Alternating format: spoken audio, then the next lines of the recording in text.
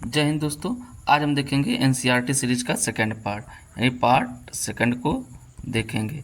First part में हमने हड़प्पा सभ्यता के बारे में देखा था और आज भी हड़प्पा सभ्यता के बारे में ही देखेंगे। और पार्ट 3 में हम हड़प्पा सभ्यता से रिलेटेड जो क्वेश्चंस होंगे उनको हम देखेंगे। तो आज हम पार्ट सेकंड में हड़प्पा सभ्यता को जो चीज़ें बची हैं उनको और पढ़ेंगे। और ये video UPSC, state, PCS, SSC, NDTA और जो भी ऑल कॉम्पिटिटिव एग्ज़ाम है उनके लिए इम्पॉर्टेंट है। और जो बच्चे बोर्ड्स के लिए भी तैयारी कर रहे हैं उनके लिए भी ये वीडियो इम्पॉर्टेंस है।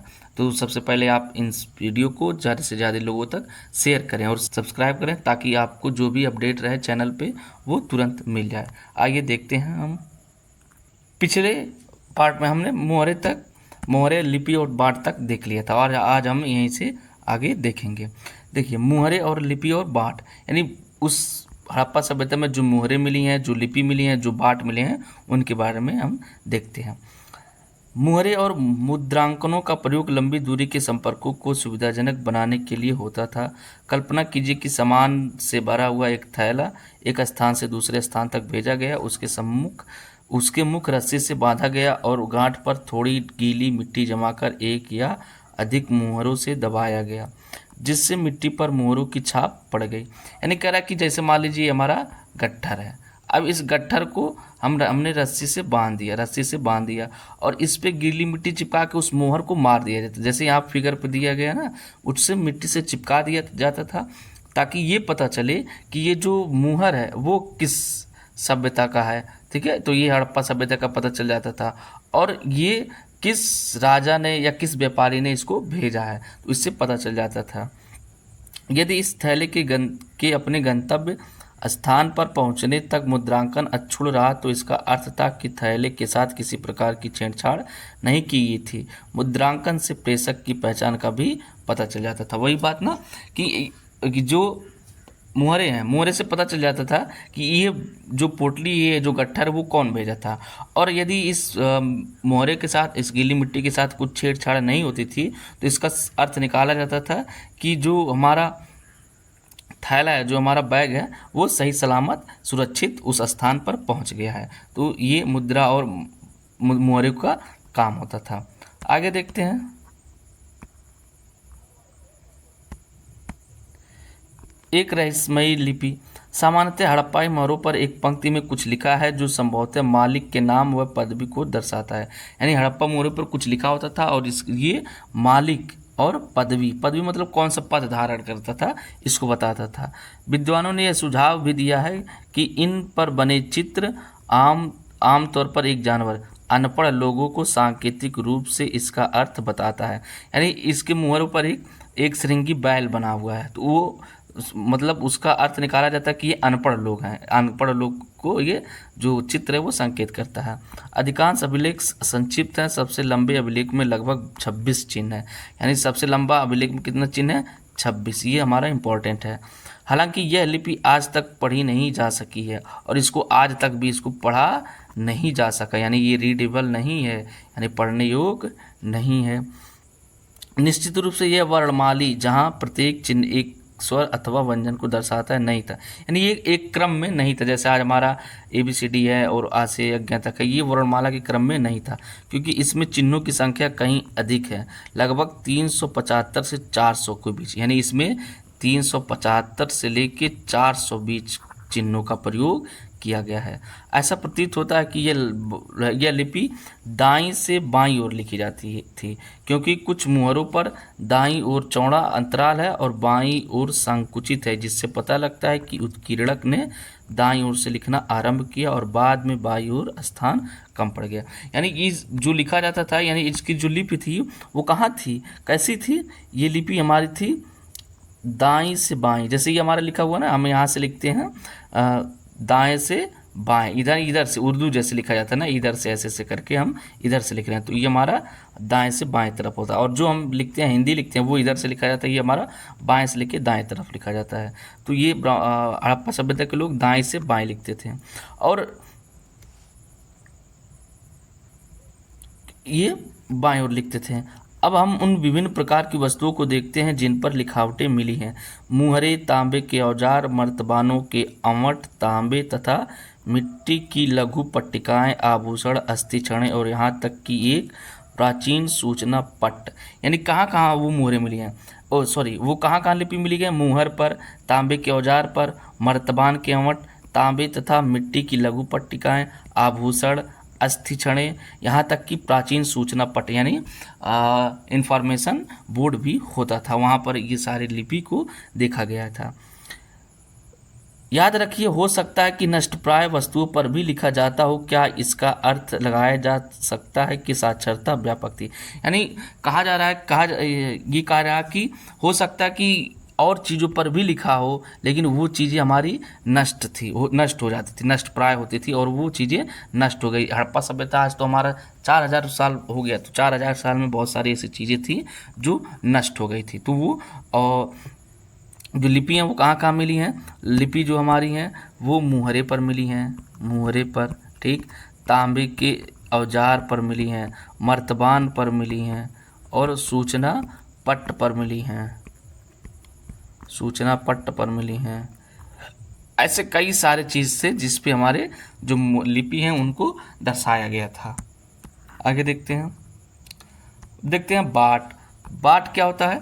जो हम कोई भी सामान लेने जाते हैं तो जो हमारा दुकानदार होता है वो क्या तौलता है ना, तराजू से, तराजू पे जो तौलता है, और जो हमारा किलोग्राम का बाट होता है, जो उसी को बाट कहा जाता है, ठीक है। बाट 1 किलोग्राम का होता है, 1 पाव का होता है, सॉरी 200 ग्राम का, 500 ग्राम, 50 ग्राम, 100 ग्राम, उसी को बाट कहा जाता है।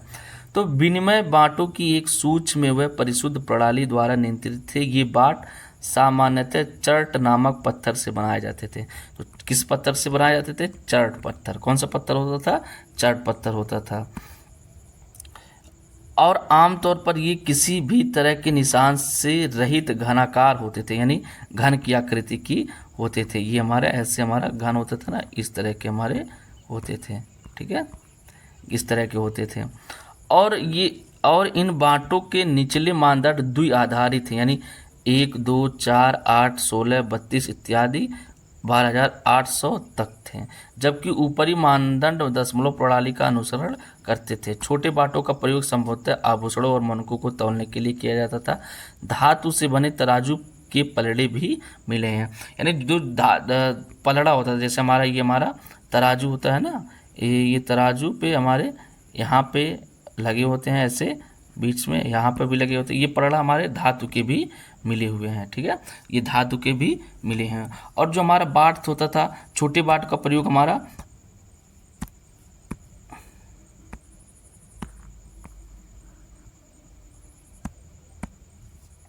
छोटे बाटों का प्रयोग हमारा आभूषण और मनकों को तौलने के लिए किया जाता था।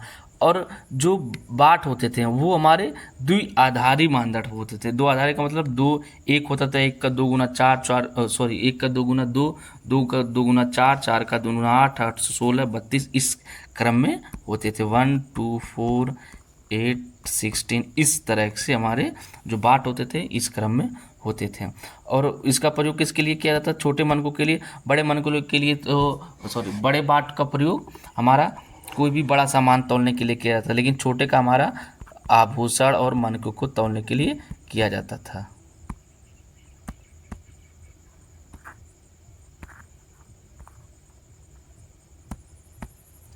आभूषण और मनकों के लिए तय किया जाता था।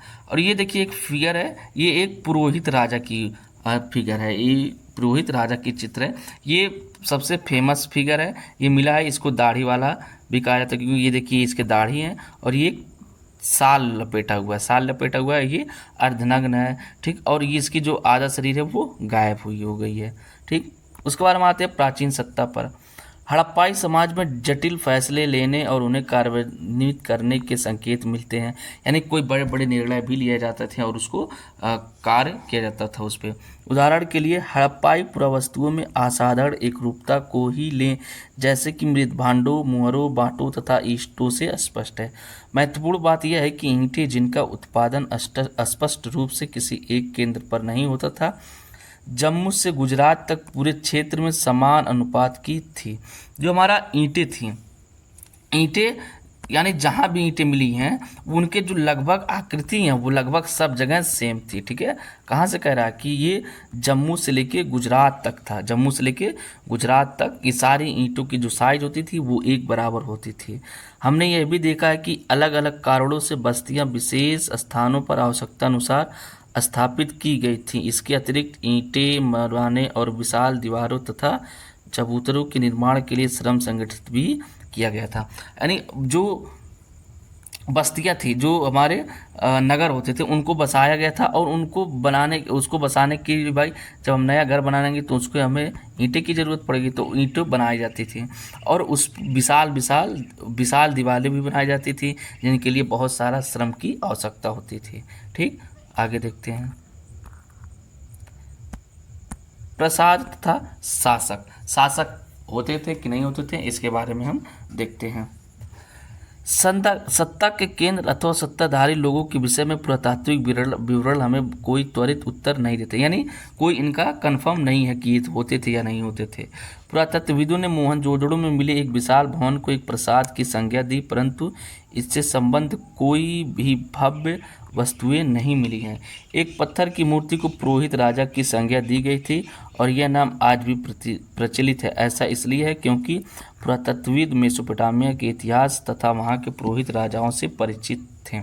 यानी ऐसा माना जाता है कि वहाँ पे एक जो अभी हमने मूर्ति देखा, जो हमने फिगर देखा है, वो पुरोहित राजा की थी और ऐसा माना जाता था कि इसी पुरोहित राजा की जो शासन होता था वहाँ पे, और इसकी जो हमारे जो इसकी तुलना की गई है वो मेसोपोटामिया के राजा से की गई है और यही समानताएं उन्होंने सिंधु क्षेत्र में भी ढूंढी। लेकिन जैसा कि हम देखेंगे कि हड़प्पा सभ्यता की अनुष्ठानिक प्रथाएं अभी तक ठीक प्रकार से समझी नहीं जा सकी हैं और ना ही यह जानने के साधन उपलब्ध हैं कि क्या जो लोग इन अनुष्ठानों का निष्पादन करते थे उन्हीं के पास राजनीतिक सत्ता होती थी। यानी जो बड़े बड़े काम करते थे ये डिसाइड नहीं हो पाया कि उन्हीं के पास शासन होता था कि किसी और के पास शासन होता था।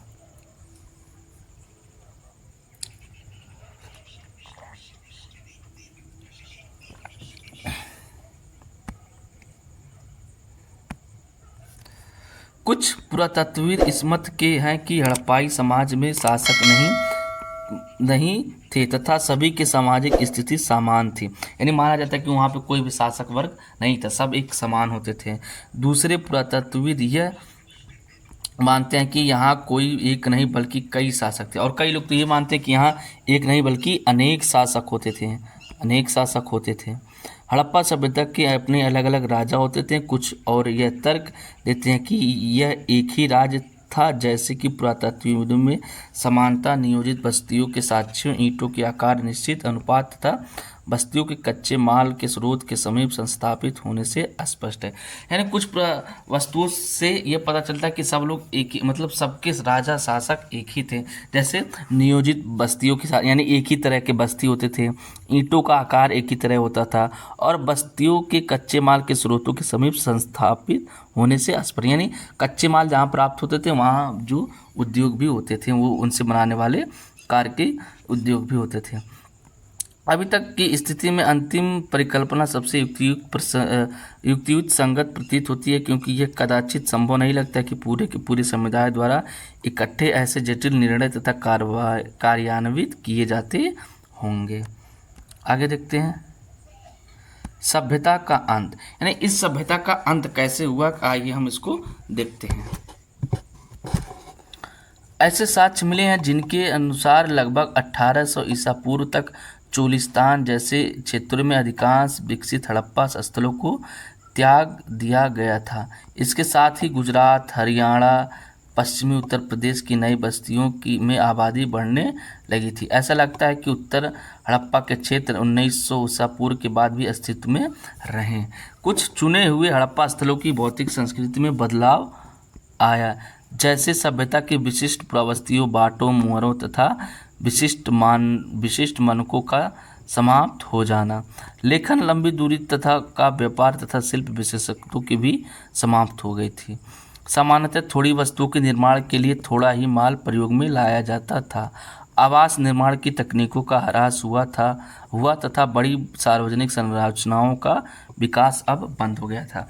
यानी जो आवास निर्माण की तकनीकें थी, जो नियोजित बस्तियां थी, उनका ह्रास होने लगा और बड़ी बड़ी सार्वजनिक संरचनाओं का निर्माण भी बंद हो गया था। कुल मिलाकर पुरावस्तु तथा बस्तियां इन संस्कृतियों में एक ग्रामीण जीवन शैली की ओर संकेत करती है। इन संस्कृतियों को उत्तर हड़प्पा अथवा अनुवर्ती संस्कृतियां कहा गया।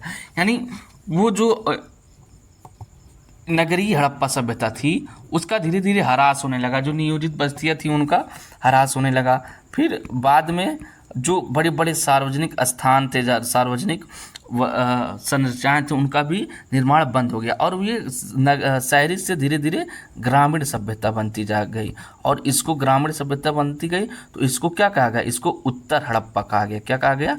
उत्तर हड़प्पा या अनुवर्ती हड़प्पा कहा गया। अनुवर्ती हड़प्पा कहा गया। यानी जब नगरीय हड़प्पा सभ्यता का पतन होने लगा तो हमारा उत्तर हड़प्पा विकसित हुआ। आगे देखते हैं ये परिवर्तन कैसे हुए, इस विषय में कई व्याख्याएं दी गई हैं।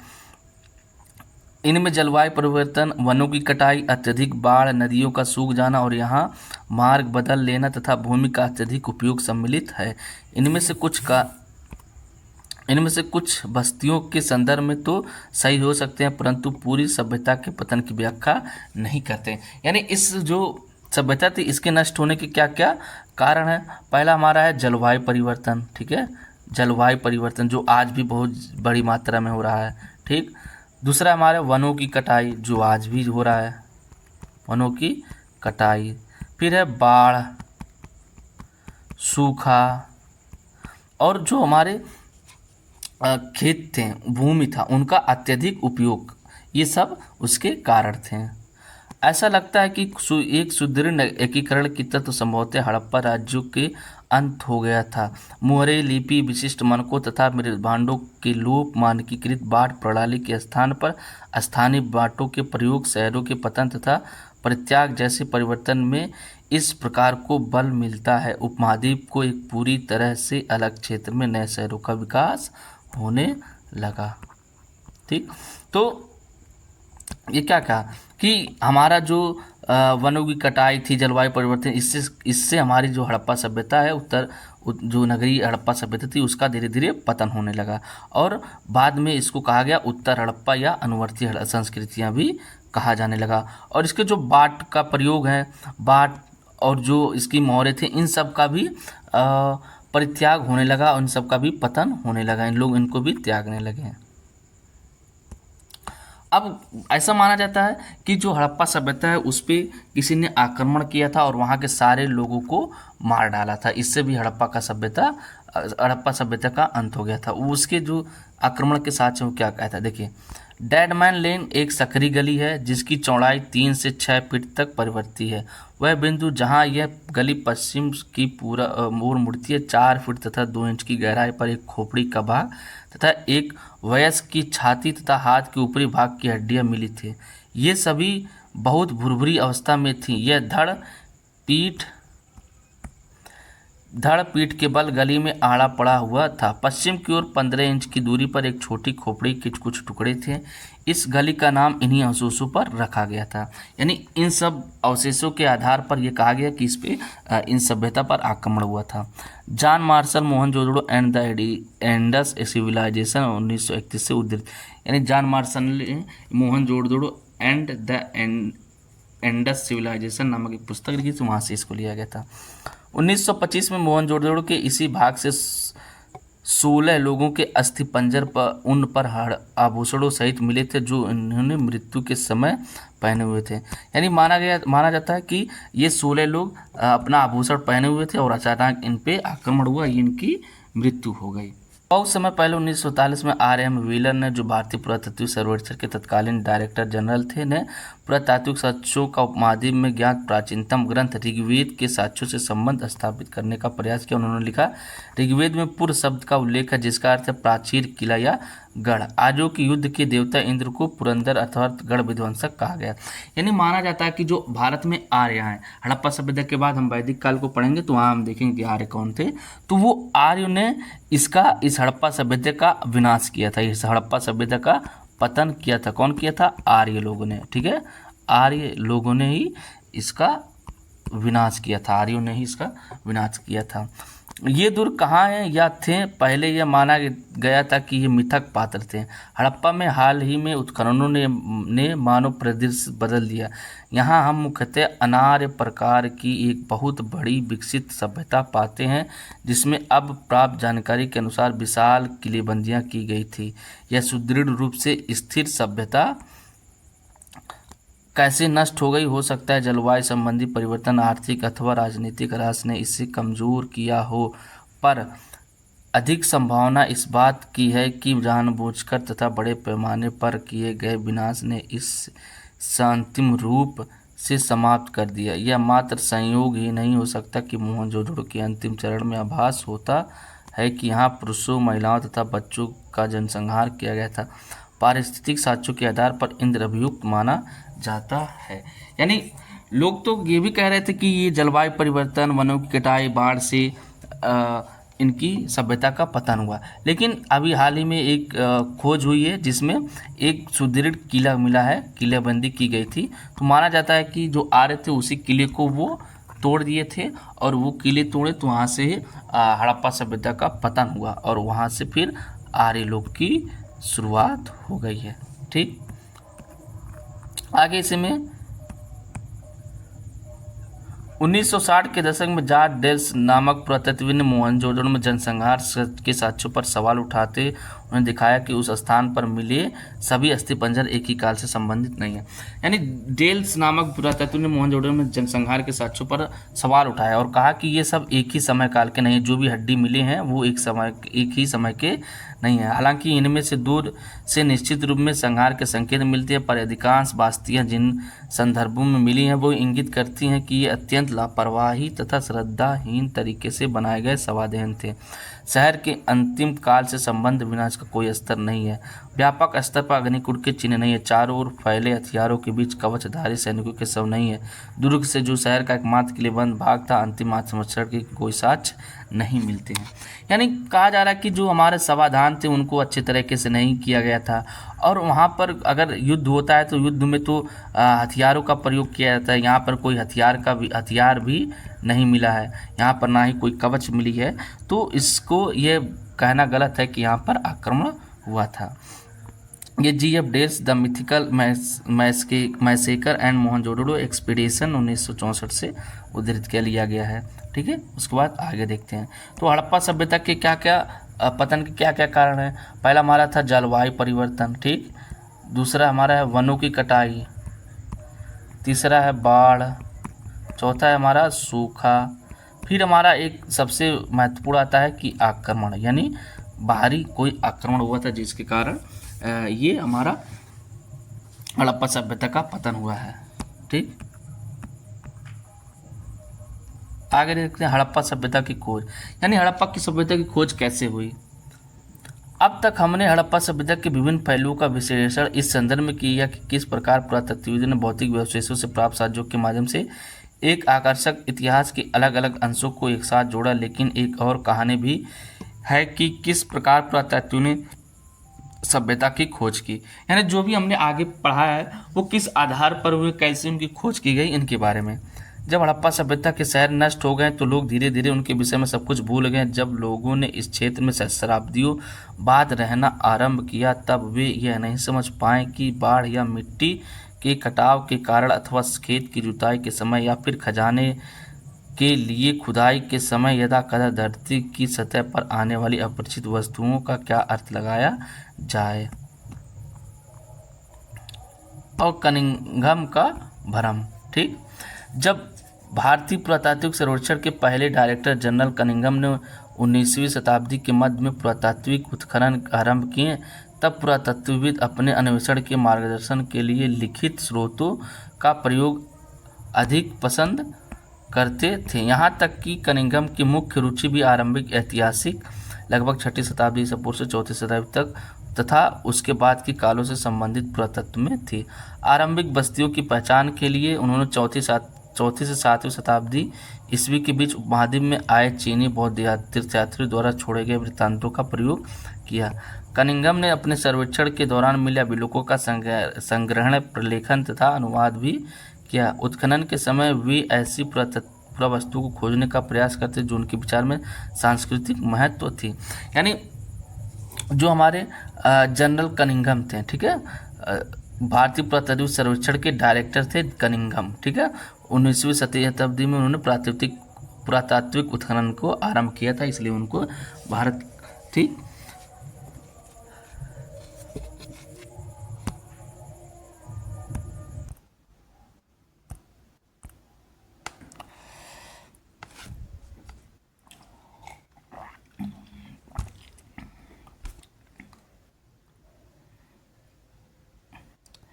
हड़प्पा जैसे पूरा स्थल जो चीनी यात्रियों की यात्रा का कार्यक्रम हिस्सा नहीं था और जो एक आरंभिक ऐतिहासिक शहर नहीं था, कनिंघम के अन्वेषण के ढांचे में उपयुक्त नहीं बैठता था। कनिंघम जो थे वो चीनी यात्रियों के वृत्तांतों के आधार पर हड़प्पा सभ्यता का पता लगाने का प्रयास कर रहे थे, लेकिन ये ऐसा नहीं था। हालांकि हड़प्पा पुरावस्तु 19वीं शताब्दी में कभी कभी मिलती थी और इनमें से कुछ तो कनिंघम तक पहुंची भी थी। यानी 19वीं शताब्दी में भी हड़प्पा सभ्यता की जो सामग्रियां थी वो मिलती थी।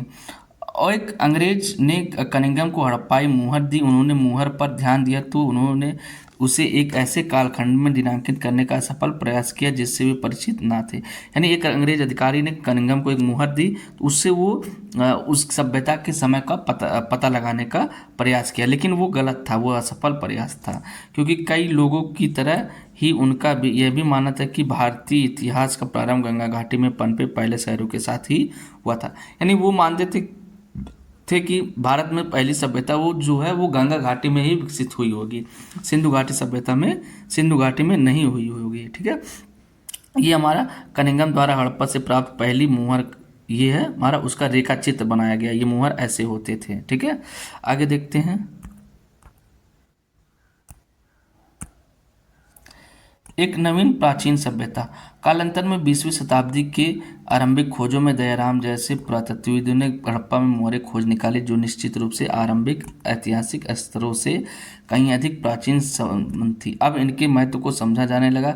एक अन्य पुरातत्वविद राखलदास बनर्जी ने हड़प्पा से मिली मोहरों के समान मोहरे मोहनजोदड़ो से भी खोज निकाले, जिससे अनुमान लगा कि ये दोनों स्थल एक ही पुरातात्विक संस्कृति के भाग थे। यानी दयाराम साहनी ने हड़प्पा की खोज की थी। दयाराम साहनी ने हड़प्पा की खोज की थी 1921 में। यहाँ से उन्होंने एक मुहर को खोजा और उस मुहर से पता लगाया गया कि यहाँ पे कोई सभ्यता विकसित थी। और तभी उसके बाद राखलदास बनर्जी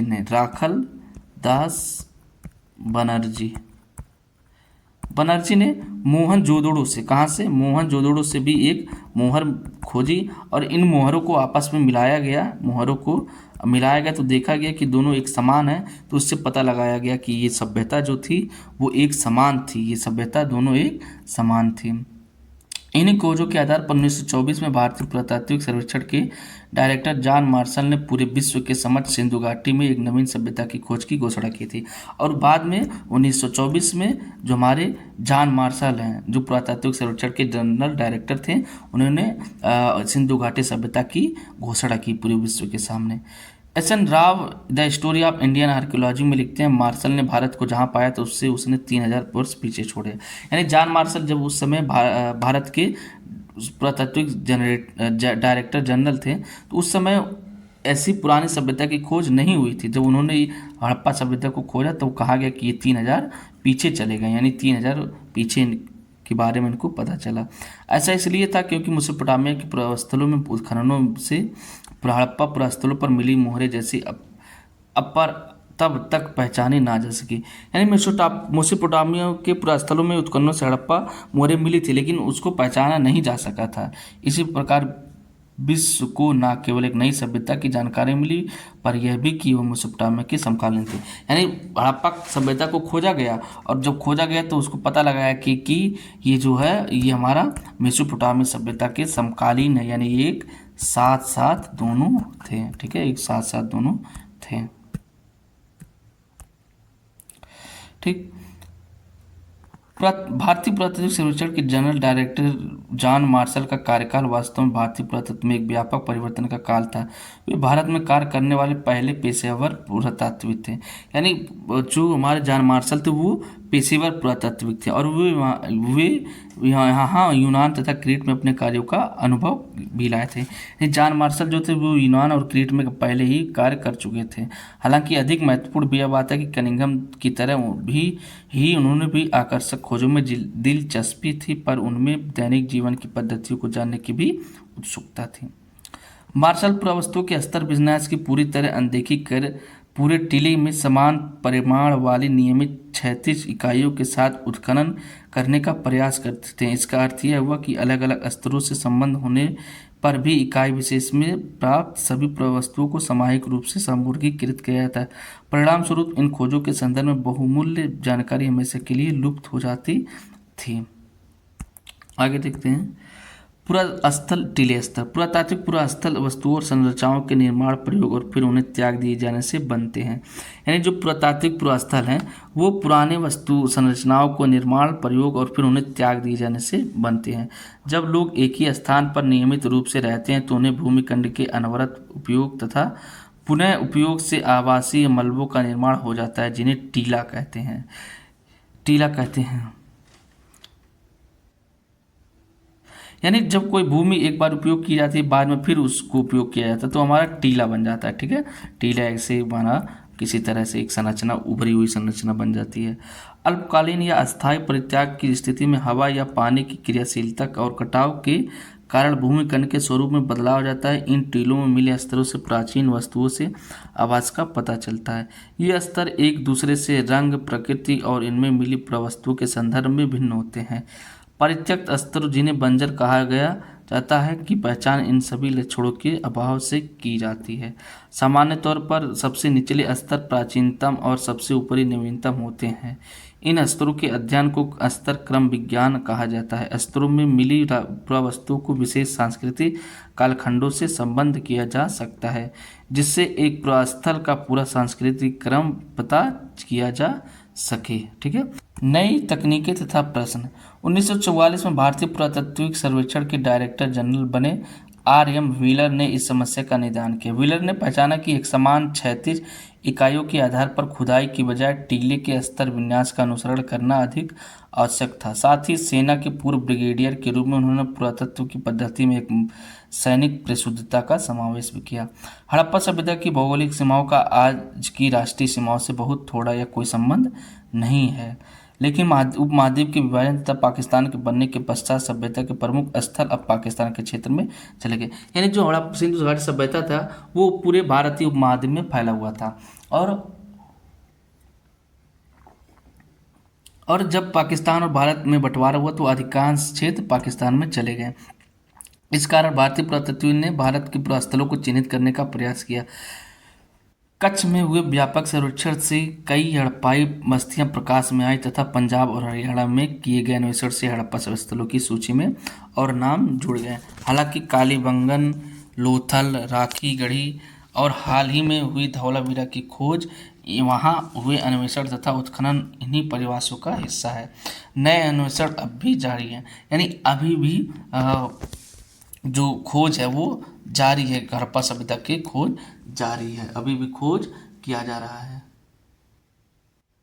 अभी जनवरी में ही हमारा एक नया स्थल मोरोधारो स्थल की खोज की गई है और ये धौलावीरा से मिलती हुई है। ठीक है, अभी जनवरी में ही एक स्थान की खोज की गई है और इसकी आगे खोज जारी है। इन दशकों में नए प्रश्न महत्वपूर्ण हो गए। यहाँ कुछ पुरातात्विक आमतौर पर सांस्कृतिक उपक्रम का पता लगाने के इच्छुक रहते हैं, वहीं कुछ और विशेष पुरास्थलों की भौगोलिक स्थिति के पीछे निहित कारणों को समझने का प्रयास करते हैं।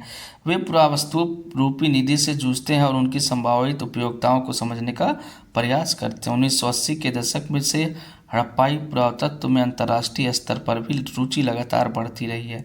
हड़प्पा और मोहनजोदड़ो दोनों स्थलों पर उपमहाद्वीप के तथा विदेशी विशेषज्ञ संयुक्त रूप से कार्य करते हैं। वे आधुनिक वैज्ञानिक तकनीकों का प्रयोग करते हैं और जिनमें मिट्टी, पत्थर, धातुओं की वस्तुएं तथा वनस्पति और जानवरों के अवशेष प्राप्त करने हेतु सतह का अन्वेषण और साथ ही उपलब्ध साक्ष्य के हर सूक्ष्म टुकड़े का विश्लेषण सम्मिलित है। ये अन्वेषण भविष्य में रोचक परिणामों की आशा दिलाते हैं। हड़प्पा में व्हीलर की क्या है देखते हैं। आरंभिक पुरातत्वविद कई बार साहस की भावना से कार्य करते थे। व्हीलर ने हड़प्पा में अनेक अनुभव के विषय में यह लिखा है। मुझे याद आता है कि 1944 की एक गर्म रात को पुरातत्व सर्वेक्षण के नवनियुक्त डायरेक्टर जनरल के रूप में अपने स्थानीय मुस्लिम अधिकारियों के साथ हड़प्पा नामक छोटे से रेलवे स्टेशन से गहरे बालू के रास्ते पर 4 मील की तांगे की सवारी कर मैं प्राचीन स्थल के टीले जो चांद की रोशनी से अवलोकित थे के समीप स्थित एक विश्राम गृह तक पहुंचा।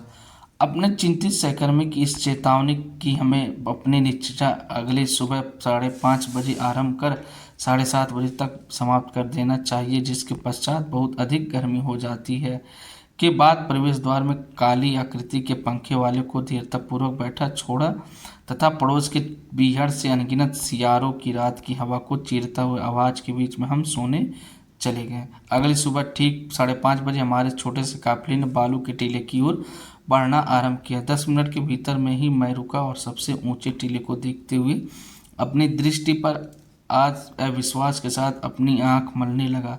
6 घंटे बाद भी मेरे घबराए हुए कर्मचारीगण तथा मैं सूर्य की तेज रोशनी में कुदालियों और चाकुओं के साथ कठिन परिश्रम कर रहे थे। मुझे डर है कि मेरे सहयोगी काम के मेरे जुनून के कारण मुझे सनकी न समझ ले। यानी व्हीलर जब हड़प्पा सभ्यता की खोज को गए थे करने, तो उस समय का जो उनका जो एक्सपीरियंस था उनको ये शेयर किए हैं। आगे देखते हैं अतीत को जोड़कर पूरा करने की समस्याएं। जैसा कि हमने देखा, हड़प्पा लिपि से प्राचीन सभ्यता को जानने में कोई मदद नहीं मिलती, बल्कि ये भौतिक साक्ष्य हैं जो पुरातत्व हड़प्पाई जीवन को ठीक प्रकार से पुनर्निर्मित करने की सहायक होते हैं। ये वस्तुएं मृदभांड, औजार, आभूषण, घरेलू सामान हो सकती हैं। कपड़ा, चमड़ा, लकड़ी तथा सरकंडे जैसे जैविक पदार्थ सामान्यतः सड़ जाते हैं, विशेष रूप से उष्णकटिबंधीय क्षेत्रों में। जो वस्तुएं बच जाती हैं वे हैं पत्थर, पक्की मिट्टी तथा धातुएं। यह भी याद रखना आवश्यक है कि केवल टूटी हुई अथवा अनुपयोगी वस्तुएं ही फेंकी जाती हैं, अन्य वस्तुएं संभवतः पुनर्चक्रित की जाती हैं। परिणाम स्वरूप जो बहुमूल्य वस्तुएं अक्षत अवस्था में मिलती हैं या तो वे अतीत में खो गई थीं या फिर संचयन के पश्चात कभी दोबारा प्राप्त की गई। अन्य शब्दों में कुछ खोजें प्रारूपिक बजाय संयोगी होती हैं। यानी कुछ का खोज जो होता है वो अपने आप हो जाता है, मतलब कुछ खोज दूसरा किए रहते हैं, हमें दूसरा मिल जाता है। आगे देखते हैं खोजों का वर्गीकरण। पुरावस्तुओं की पुनः प्राप्ति पुरातात्विक उद्यम का आरंभ मात्र है। इसके बाद पुरातात्विक अपने खोजों को वर्गीकृत करते हैं। वर्गीकरण का एक सामान्य सिद्धांत प्रयुक्त पदार्थ जैसे पत्थर, मिट्टी, धातु, अस्थि, हाथी दांत आदि के संबंध में होता है। दूसरा और अधिक जटिल उनकी उपयोगिता के आधार पर होता है। पुरातत्वविदों को यह तय करना पड़ता है कि उदाहरणतः कोई पुरावस्तु एक औजार है या एक आभूषण या फिर दोनों अथवा अनुष्ठांगिक प्रयोग की कोई वस्तु। किसी पुरावस्तु की उपयोगिता की समझ अक्सर आधुनिक समय में प्रयुक्त वस्तुओं से उनकी समानता पर आधारित होती है। मन के चक्कियाँ, पत्थर के फलक तथा पात्र इसके स्पष्ट उदाहरण हैं। पुरातत्वविद किसी पुरावस्तुओं की उपयोगिता को समझने का प्रयास उस संदर्भ के परीक्षण के माध्यम से करते हैं जिसमें वह मिली थी। क्या वे घर में मिली थी, एक नाले, कब्र में या फिर भट्टी में। कभी कभी पुरातत्वविदों को प्रत्यक्ष साक्ष्यों का सहारा लेना पड़ता है। उदाहरण के लिए, हालांकि कुछ हड़प्पा स्थलों से कपास के टुकड़े मिले हैं, पर पहनावे के विषय में जानने के लिए हमें अप्रत्यक्ष साक्ष्यों जैसे मूर्तियों के चित्रण पर निर्भर रहना पड़ता है। यानी देखिए, कपड़ा जो होता है वो हमारा नष्ट होने वाला होता है, यानी नष्ट हो जाता है, तो उससे हम पता नहीं चल पाता कि मतलब कि उस समय कपड़ा यूज किया जाता था कि नहीं। हालांकि कपास के टुकड़े मिले हैं तो उससे कुछ अनुमान लगाया जाता है, और ये अनुमान इसलिए भी लगाया जाता है कि जो हमारी मूर्तियाँ हैं, ठीक है, उन मूर्तियों पर भी कपड़े के साथ पाए गए हैं, कपड़े पहनाए गए हैं। ठीक, आगे देखते हैं व्याख्या की समस्या। पुरातात्विक व्याख्या की समस्या संभवतः सबसे अधिक धार्मिक प्रथाओं के पुनर्निर्माण के प्रयास में सामने आती है। आरंभिक पुरातत्वविदों को लगता था कि कुछ वस्तुएं जो असामान्य और परिचित लगती हैं संभवतः धार्मिक महत्व की होती हैं। इनमें आभूषणों से लदी हुई नारी मृण्मय मूर्ति, जिनमें से कुछ शेष के विस्तृत प्रसाधन थे, शामिल हैं। यानी हम कैसे व्याख्या करें, इसमें समस्या आ रही थी कि इन्हें मात्र देवियों की संज्ञा दी गई। पुरुषों की दुर्लभ पत्थर से बनी मूर्तियां, जिनमें उन्हें एक लगभग मानकीकृत मुद्रा में एक हाथ पर घुटने पर रख बैठा दिखाया गया था, जैसे कि पुरोहित राजा को इसी प्रकार वर्गीकृत किया गया था। अन्य दृष्टांतों में संरचनाओं को अनुष्ठांगिक महत्व का माना गया। इनमें विशाल स्नानागार तथा कालीबंगन लोथल से मिली वेदियां सम्मिलित हैं। मुहर, जिनमें से कुछ पर संभवतः अनुष्ठान के दृश्य बने हैं, के परीक्षण से धार्मिक आस्थाओं और प्रथाओं को पुनर्निर्मित करने का प्रयास किया गया है। कुछ अन्य, जिन पर पेड़ पौधे उत्कीर्णित हैं, मान्यतानुसार प्रकृति की पूजा के संकेत देते हैं। मुहरे पर बनाए गए कुछ जानवर, जैसे कि एक सिंग वाला जानवर जिसे आमतौर पर एक श्रृंगी कहा जाता है, कल्पित तथा संश्लिष्ट लगते हैं। कुछ मुहरों पर एक आकृति जैसे पालथी मारकर योगी की मुद्रा में बैठा दिखाया गया, और कभी कभी ऐसे जानवरों से घिरा हुआ दर्शाया गया को आद्य शिव अर्थात हिंदू धर्म के प्रमुख देवताओं में से एक का आरंभिक संज्ञा दी गई है। इसके अतिरिक्त पत्थर की शंक्वाकार वस्तुओं को लिंग के रूप में भी वर्गीकृत किया गया है। ठीक, देखिए, जो हमारा मुहरे थे उन पे बहुत सारे अनुष्ठान के दृश्य बने हैं।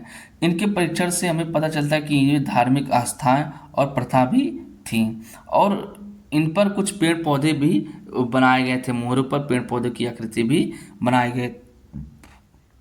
गए थे, और इस पे जानवरों की भी आकृति बनाए गए थे। जैसे ये हमारा फिगर हम देख रहे हैं ना, इस फिगर में देखिए यहाँ पे हाथी बनाया गया है। बाकी ये एक योगी बैठे हुए हैं जिनके सिर पर 2 सींग है। ये यहाँ पर देखिए टाइगर का चिन्ह, टाइगर है। बाकी ये सारे आसपास बहुत सारे जानवर हैं, और इनकी जो संख्या की गई है, जो इनको कहा गया, इनको आद्य शिव की संज्ञा दी गई है। ठीक है, इनको आद्य शिव से तुलना किया गया, माना जाता कि ये आद्य शिव हैं, और यही बाद में आगे लिंग यानी शिवलिंग के रूप में विकसित हुए।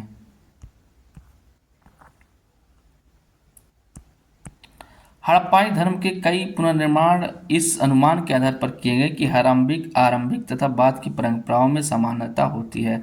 ऐसा इसलिए होता है क्योंकि अधिकांश पुरातत्वविद ज्ञात से अज्ञात की ओर बढ़ते हैं, अर्थात वर्तमान से अतीत की ओर। हालांकि यह नीति पत्थर की चक्कियों तथा पात्रों के संबंध में युक्ति संगत हो सकती है, लेकिन धार्मिक प्रतीकों के संदर्भ में यह अधिक संदिग्ध रहती है। उदाहरण के लिए आइए हम आदिशिव मोहरों को देखते हैं। सबसे आरंभिक धार्मिक ग्रंथ ऋग्वेद लगभग 1500 से 1000 ईसा पूर्व के बीच संकलन में रुद्र नामक देवता का उल्लेख मिलता है, जो बाद की पौराणिक परंपराओं में शिव के लिए प्रयुक्त एक नाम है। लेकिन शिव के विपरीत रुद्र को ऋग्वेद में ना तो पशुपति और ना ही एक योगी के रूप में दिखाया गया है। दूसरे शब्दों में यह चित्रण ऋग्वेद में दिए गए रुद्र के विवरण से मेल नहीं खाता। फिर क्या कोई संबंध था? जैसे कि जो आपने मुहर देखा है, अभी हमने मुहर देखा, वो मुहर को माना जाता है कि यही जो आज के शिव हैं यानी शंकर भगवान हैं, यही हैं। लेकिन ऋग्वेद से इसकी तुलना की गई है, तो ऋग्वेद में जो रुद्र का वर्णन किया गया, किसका? रुद्र का। ऋग्वेद में जो रुद्र का वर्णन किया गया है, वो रुद्र के वर्णन से और इनके वर्णन से मेल नहीं खाता है, अर्थात ये इनको रुद्र नहीं कहा जा सकता। ठीक है, आगे देखते हैं। देखिए, लिंग क्या है? लिंग उस परिष्कृत पत्थर को कहा जाता है जिसकी पूजा भगवान शिव के रूप में की जाती है, यानी भगवान शिव को ये हमारे लिंग है। लिंग यह मुहरे या लिंग के रूप में मुहरे मिली हैं।